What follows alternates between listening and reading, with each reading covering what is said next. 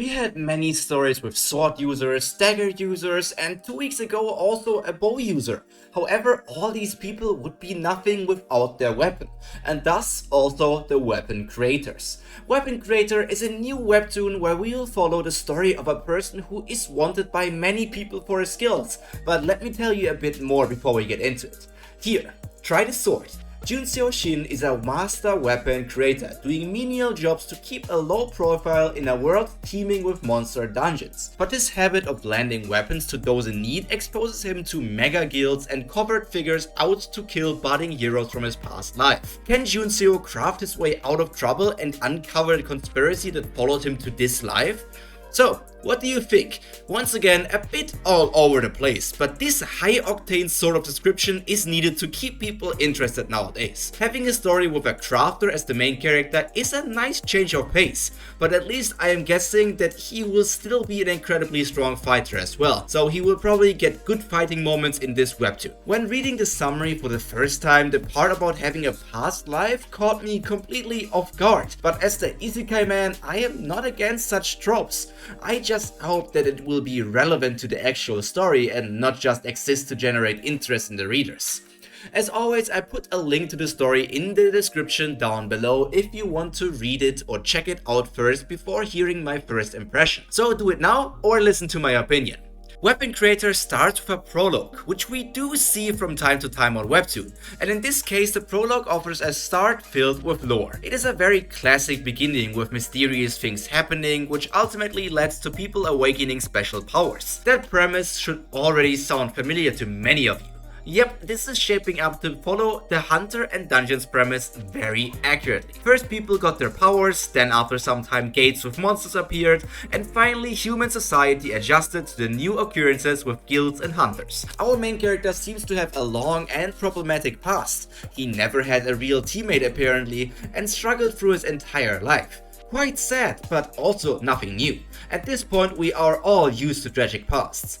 I don't want to say that many authors are getting less creative, but having every main character start out as one of the weakest and least useful hunters, who is not taken seriously as well, it's getting kinda predictable. And don't even get me started on the conveniently placed mysterious power-up for the main character to instantly become overpowered. Yes, there might be a plot reason for why this is happening in such a way, but it's still just way too convenient.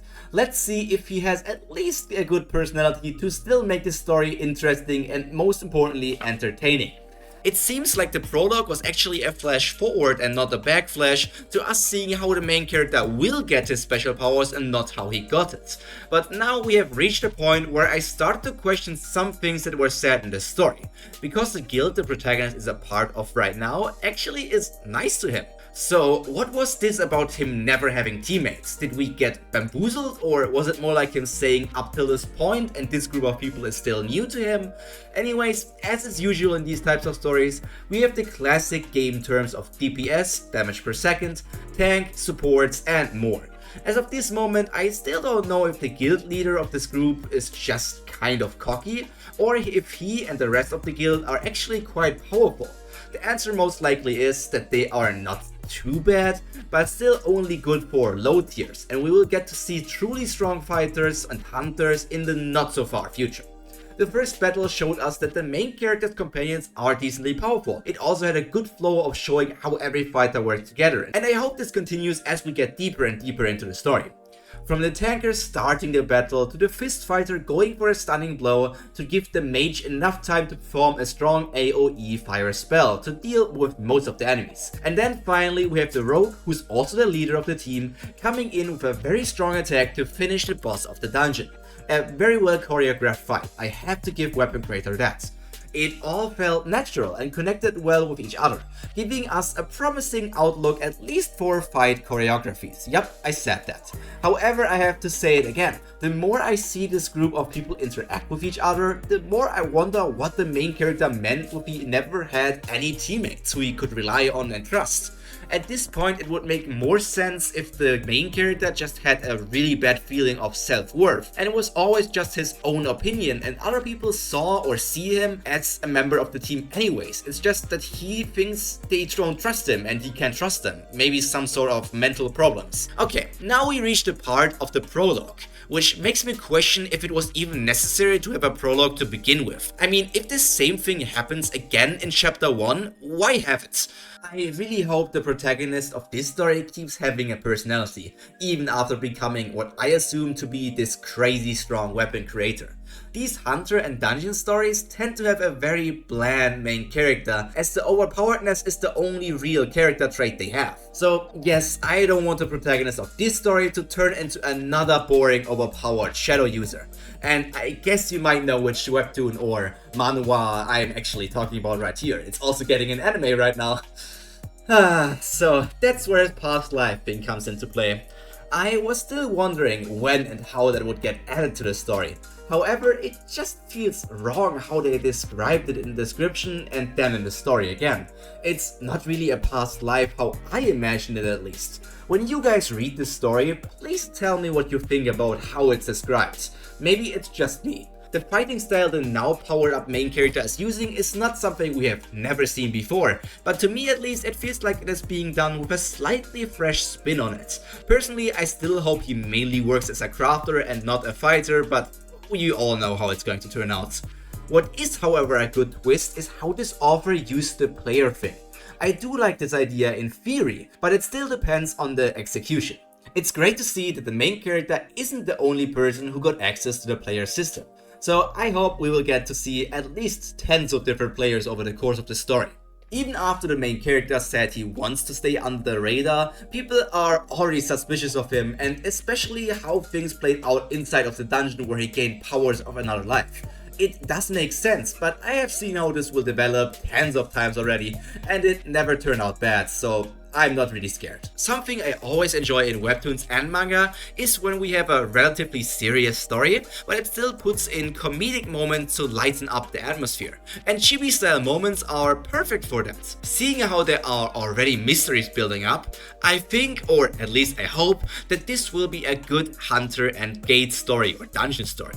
Many just have the overpowered protagonist bulldoze through every single problem without a single care, but here we might see the protagonist trying to learn more about why certain things are happening, or just develop more as a character, and all the other things. I just hope we have side characters in this, and it's not only going to be the main character and his weapons. Because if the characters in the story don't seem to care, why should we do so as the reader?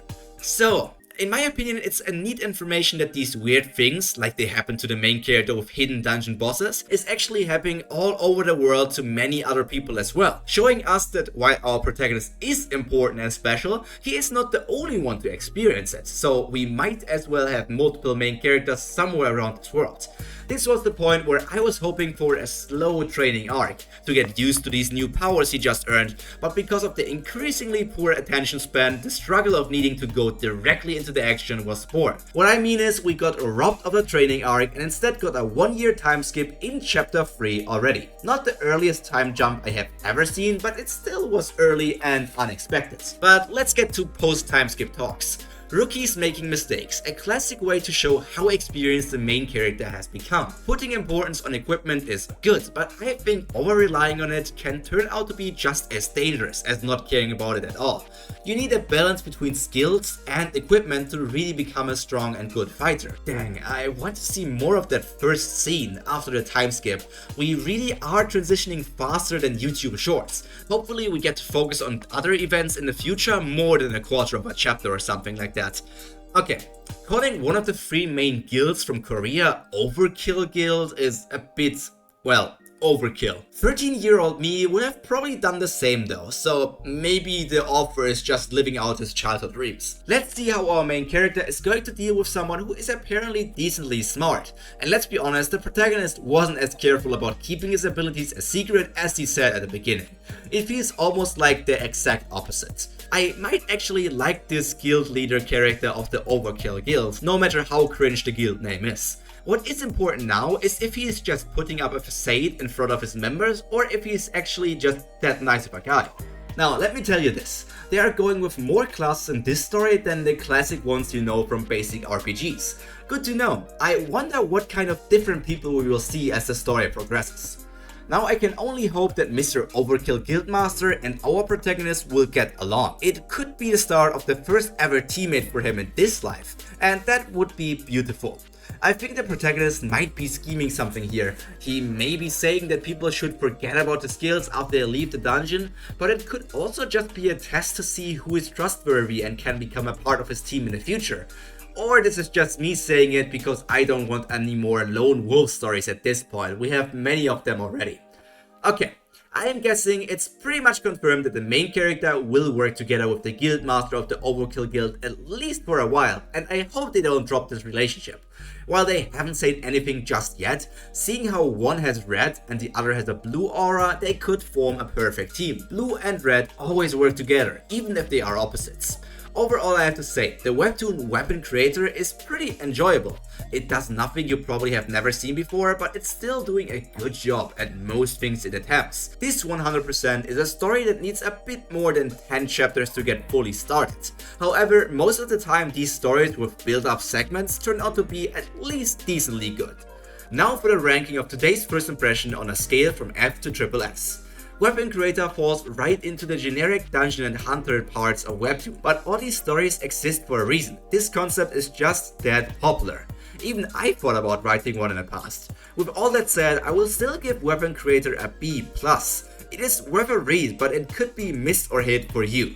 However, that is all from me for today. For another story, one set in a world close to ours, you can check out this video. See you over there or in the next video. Until then, take care. Pyro out. Bye!